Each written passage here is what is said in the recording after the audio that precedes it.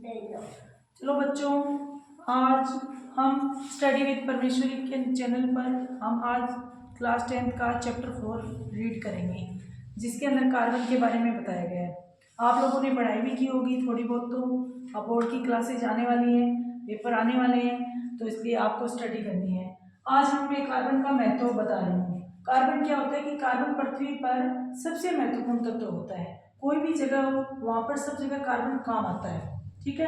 Carbon carbon कहाँ कहाँ पाया जाता है? जीवित पदार्थ में, रोजमर्रा की वस्तुएं हैं, जैसे कार्बन जो आप घर पे चूल्हा वगैरह जलाते हैं उसके अंदर लकड़ी जो काम आती है वो भी क्या होती है कि उसके अंदर भी कार्बन काम आता है। हर चीज के अंदर कार्बन काम आता है। ठीक है। जो कार्बन कार वगैरह यूज करते हैं उसके अंदर जो पोल्यूशन निकलता है, कार्बन मोनोऑक्साइड, कार्बन डाइऑक्साइड, उसके अंदर भी कार्बन होता है। तो हमारे पृथ्वी की प्रॉपर्टी होती है, जो भू प्रॉपर्टी होती है, उसके अंदर कार्बन पाया जाता है 0.02%। ठीक है। और वायुमंडल में सिर्फ 0.03% कार्बन पाया जाता है।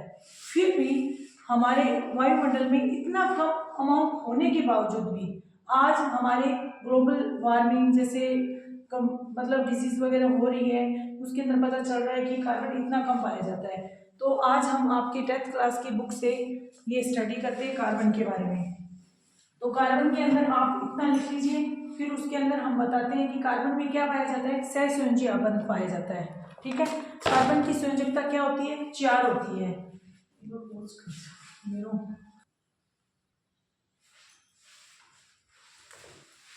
अब देखो आगे बच्चों, देखो कार्बन का परमाणु क्रमांक कितना होता है? 6 होता है।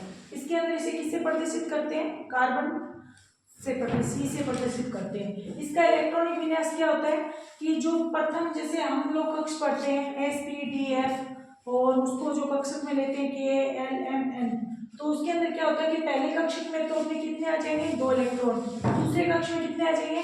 s में 2 इलेक्ट्रॉन। और तीसरे में कितने आएंगे? अपने 2 ही आएंगे। जबकि अपना अष्टक पूरा करने के लिए क्या होता है कि अष्टक पूरा करने के लिए, इसमें स्थायी करने के लिए अपने को इलेक्ट्रॉन की जरूरत है। क्योंकि दूसरे कक्ष में अपने पास कितने इलेक्ट्रॉन है? 4 इलेक्ट्रॉन पाए जा रहे हैं। जबकि हमें अष्टक पूरा करने के लिए 8 इलेक्ट्रॉन की जरूरत है, तो हमें 4 इलेक्ट्रॉन की जरूरत पड़ेगी। ठीक है। तो हम लोग इसकी संयोजकता कितनी होगी? 4 होगी। संयोजकता इसकी 4 क्यों बोली जाती है कि या तो ये 4 त्याग दे या फिर ये 4 क्या कर ले? ग्रहण कर ले। तो त्यागने से तो क्या होता है कि इसका आकार, परमाणु का आकार क्या हो जाता है? छोटा हो जाता है कार्बन का। और इसलिए ये क्या करता है कि आपस में क्या बनाता है? सहसंयोजी आबंध बनाता है। तो सहसंयोजी आबंध बनाने के लिए इसके पास संयोजकता कितनी पाई जाती है? इसकी 4 पाई जाती है। और ये अष्टक पूरा करने के लिए कौन सा बंध बनाता है? सहसंयोजी आबंध बनाता है। ठीक है बच्चों। अब आगे देखो, ये लिख लिया आपने, एक बार लिख लो ये कि परमाणु क्रमांक कितना है? 6। इसे किससे प्रदर्शित करते हैं? C से। इसका इलेक्ट्रॉनिक विन्यास कितना है? 1s2 2s2 2p2। ठीक है। इसकी संयोजकता कितनी पाई जाती है? 4। इसका अष्टक पूरा करने के लिए कौन सा आबंध बनाएगा? सहसंयोजी आबंध बनाएगा। ठीक है। ये एक बार आप ना वीडियो पॉज करके फिर लिख लेना। मैं आगे बता रही हूँ आपको कार्बन की विशेषताएं। तो कार्बन की विशेषताएं लिखते हैं अपन। कार्बन की विशेषताएं क्या होती है? सबसे पहले तो कार्बन की विशेषताओं में अपने को पता चल रहा है कि कार्बन क्या होता है कि परमाणु क्रमांक इसमें 6 पाया जाता है। इसका इलेक्ट्रॉनिक विन्यास क्या पाया जाता है? 1s2 2s2 2p2 होता है। ठीक है। और इसमें ये इलेक्ट्रॉनिक विन्यास आप बता देंगे। और इसकी संयोजकता क्या पाई जाती है? 4 पाई जाती है, जिसकी वजह से ये अपना अष्टक पूरा करने के लिए, स्थायित्व प्राप्त करने के लिए क्या करेगा? ये सहसंयोजी आबंध बनाएगा। अब देखो ये कैसे सहसंयोजी आबंध बनाएगा। जैसे अपन मेथेन का एग्जांपल लेते हैं। मेथेन, अब मेथेन में क्या होता है? मेथेन, एथेन, प्रोपेन, ब्यूटेन हम लोग आगे पढ़ाई करेंगे। तो मेथेन में क्या होता है? कार्बन 1 पाया जाता है। हमने क्या किया कि आपको इसमें पता चल गया कि मेथ में क्या होता है? 1 कार्बन होता है। ठीक है। और एन का मतलब क्या होता है? जो अब हम लोग आगे पढ़ाई करेंगे, एन का मतलब क्या होता है? इसमें सिंगल बॉन्ड पाया जाता है, एक कार्बन। ठीक है। तो मेथेन में क्या होता है कि हम लोगों ने क्या लिया? एक सी ले लिया। अब अपने को पता है कि कार्बन अपने आसपास के 4 जो भी है, अपने आसपास के जो भी परमाणु होंगे उनके साथ कितना आबंध बनाएगा? सहसंयोजी आबंध बनाएगा। तो ये 4 के साथ संयोजकता बनेगा। तो हम लोग क्या करेंगे? कार्बन का 1 1 1 1। ठीक है। तो ये कार्बन क्या है? मेथेन में क्या होता है कि ये अपनी संयोजकता पूरी करने के साथ कार्बन क्या बनाता है?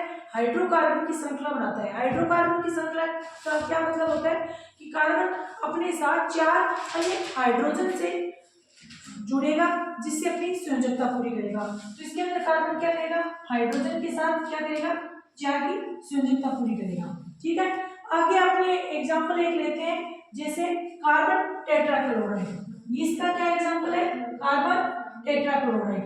अब टेट्राक्लोराइड में आपको क्या पता चल रहा है, कार्बन टेट्राक्लोराइड में क्या पता चल रहा है कि कार्बन किससे जुड़ रहा है, कार्बन की संयोजकता कितनी है, 4 कर दी।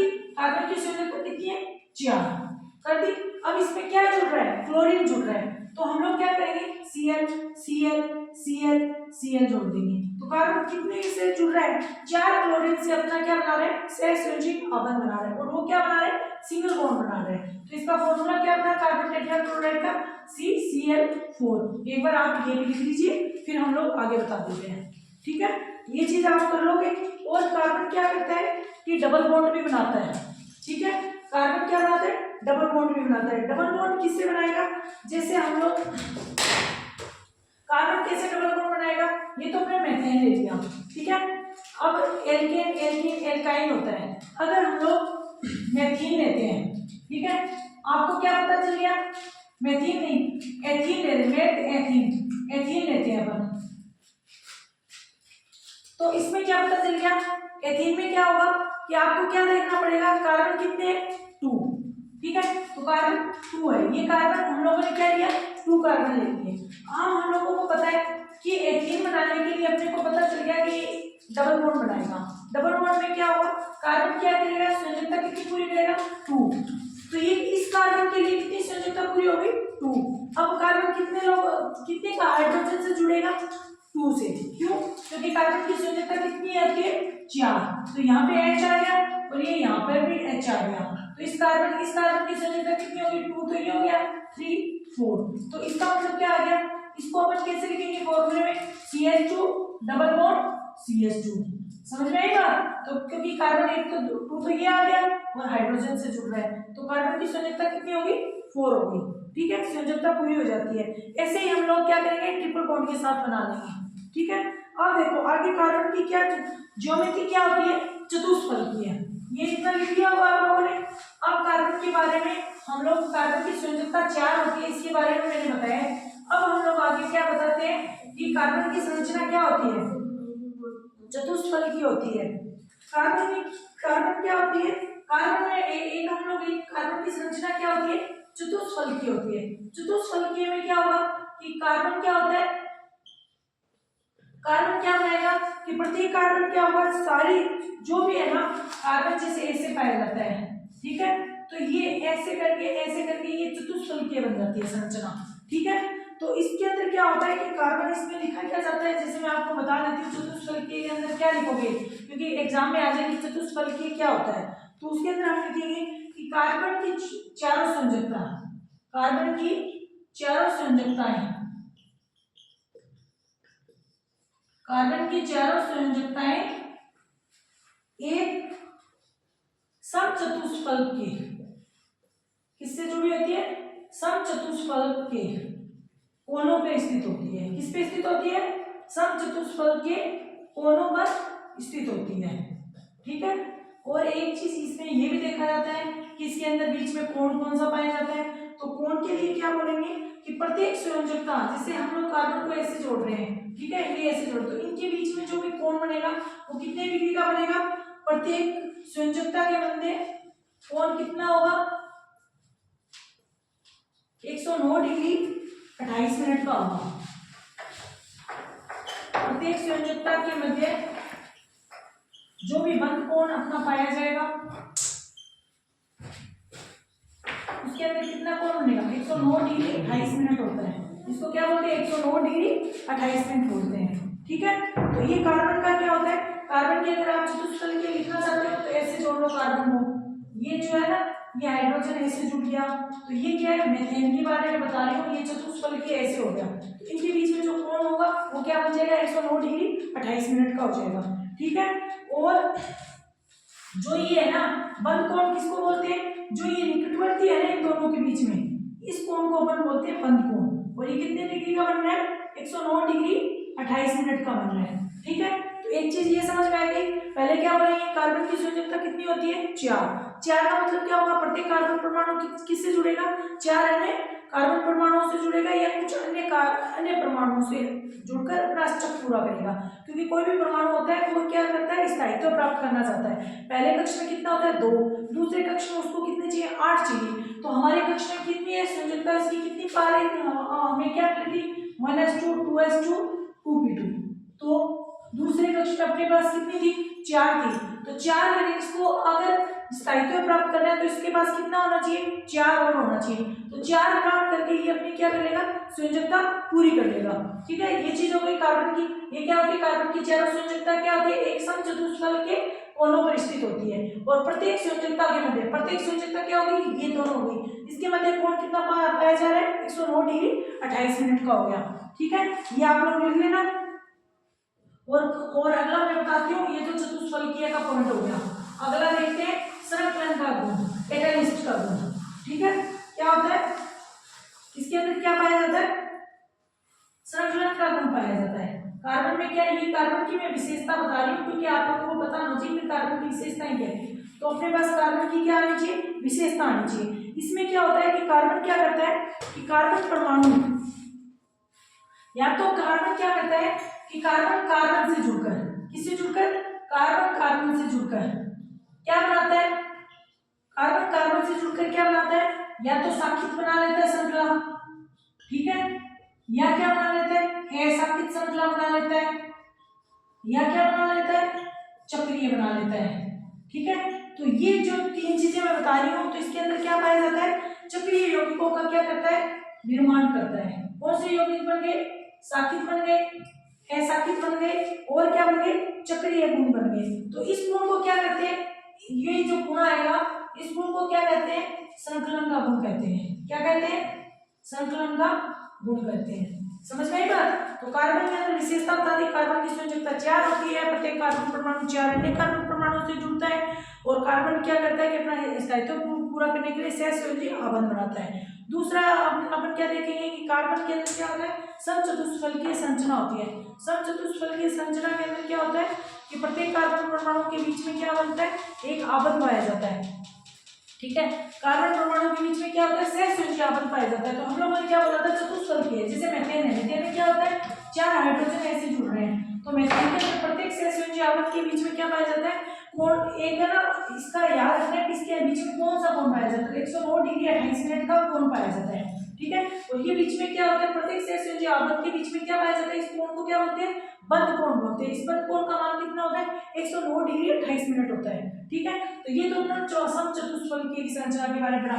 पांचवा गुण कौन सा था कि संकलन का गुण पाया जाता है। कार्बन क्या करता है, कार्बन से जुड़कर कौन सी श्रृंखला यौगिक बनाता है, या तो साखित बना लो, या असाखित बना लो, या क्या बना लो, चक्रीय यौगिक बना लो। और इस गुण को क्या कहते हैं हम लोग, श्रृंखलन का गुण कहते हैं। जैसे क्या पाया जाता है, अगर मान लो मैं ब्यूटेन का एग्जांपल लेती हूँ, ठीक है, किसका एग्जांपल लेती हूँ, ब्यूटेन का एग्जांपल लेती हूँ। तो साखित में कैसे बनाएगा, जैसे ट्री की क्या होती है, ब्रांचेस नहीं होती, वैसे ही क्या होता है, वो साखित होता है। जैसे ब्यूटेन है, ब्यूटेन में आपको पता क्या चल रहा है, आगे हम लोग पढ़ाई करेंगे कि मैथ है, pro but pent hex hepta ऐसे पढ़ाई करेंगे। और उसमें पढ़ेंगे एन इन आई पढ़ा जाता है। एन क्या होता है, सिंगल बॉन्ड के लिए, इन क्या होता है, डबल बॉन्ड के लिए, आई क्या होता है, ट्रिपल बॉन्ड के लिए होता है। तो हमें क्या पता चल रहा है, इसके अंदर ब्यूटेन के अंदर कार्बन कितना पाया जा रहा है, कार्बन की संख्या कितनी होनी चाहिए, 4 होनी चाहिए। तो हम लोग क्या करेंगे, स्टार्टिंग में क्या करेंगे, 4 कार्बन ऐसे जोड़ते हैं, 4 जोड़ दी, और हमें क्या पता चल रहा है, एन है। तो मतलब क्या पाया जा रहा है, इनमें कार्बन कार्बन के बीच में क्या पाया जा रहा है, सिंगल बॉन्ड पाया जा रहा है। तो हम लोग क्या करेंगे,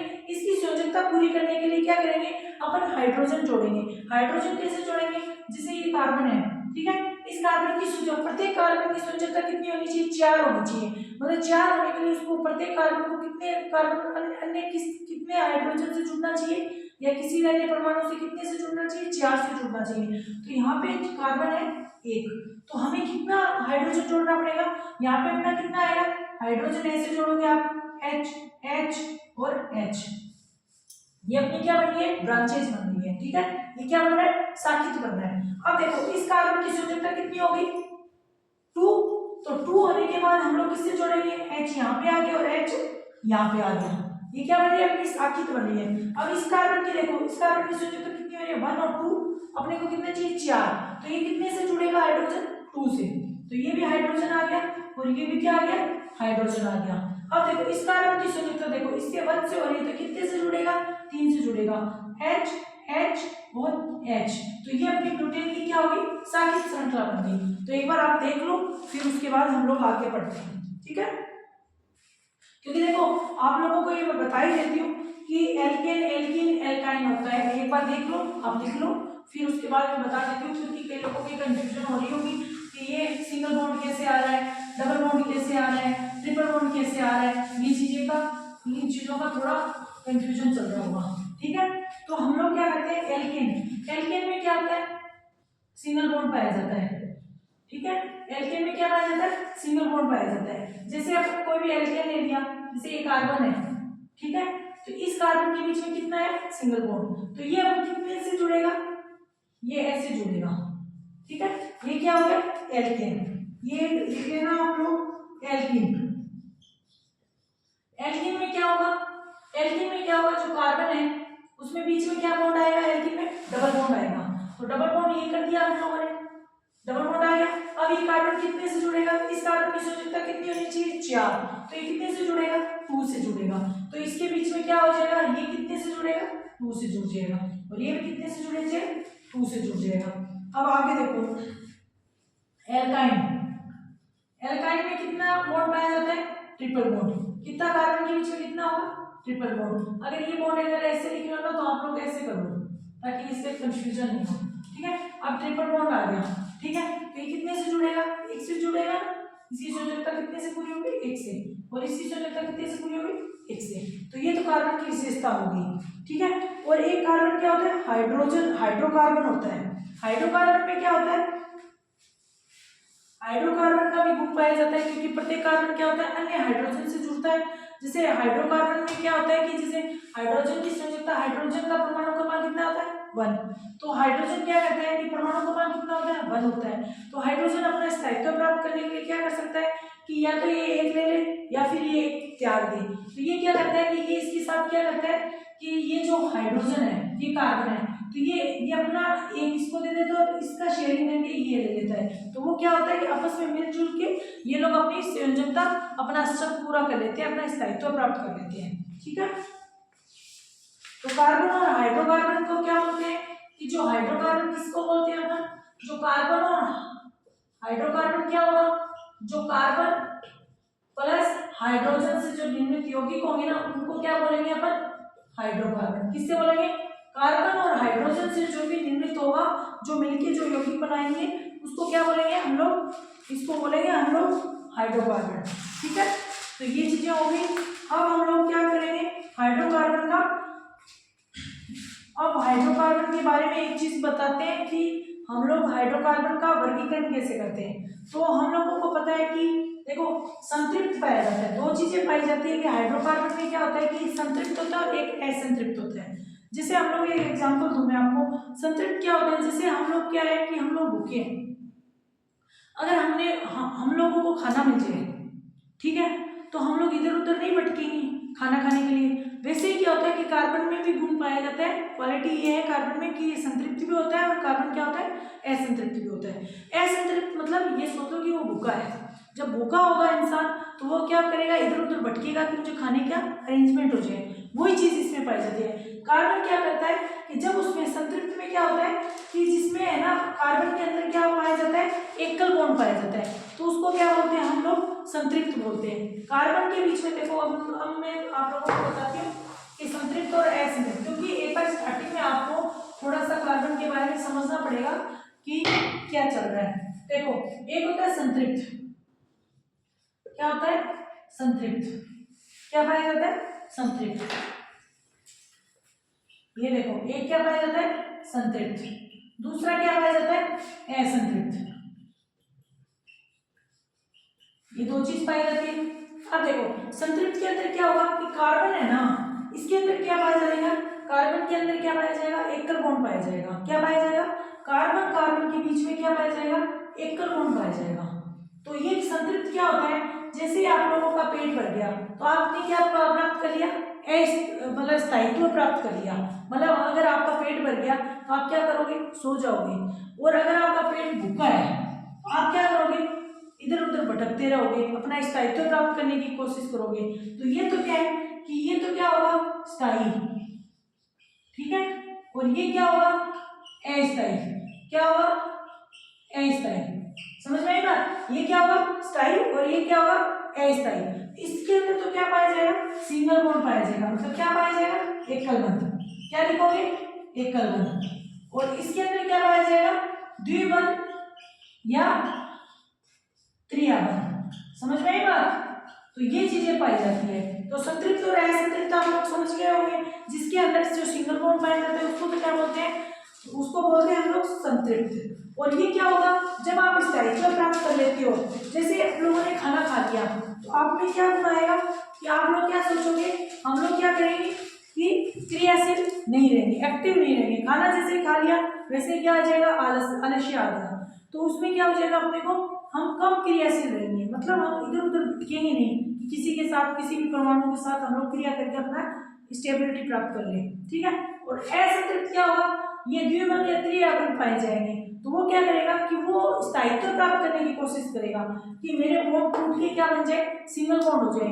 अगर मान लो सिंगल बॉन्ड कैसे होंगे, जिसे द्विबॉन्ड, ये है द्विबंध है, जिसे कार्बन कार्बन के बीच में डबल बॉन्ड पाया गया है। तो ये क्या सोचेगा, अभी तो इसको किससे संयोजकता पूरी करनी है, H2 से।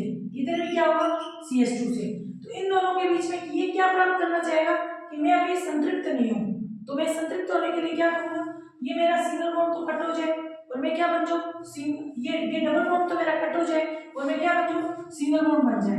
तो सिंगल बॉन्ड करने के लिए अपन क्या करेंगे, ये क्या करेगा, अपने हाइड्रोजन किसी और के साथ क्या करेगा, अब हाइड्रोजन ज्यादा नहीं चाहिए, अगर ये डबल बॉन्ड है यहाँ पे सिंगल बॉन्ड लाएंगे तो इसकी संयोजकता कम हो जाएगी। तो मतलब किसी के साथ ये जुड़ रहा है ना, ये 3 के साथ जुड़ गया। पहले कितने के साथ जुड़ रहा था, 2 के साथ, अब कितने के साथ जुड़ गया, 3 के साथ, ठीक है।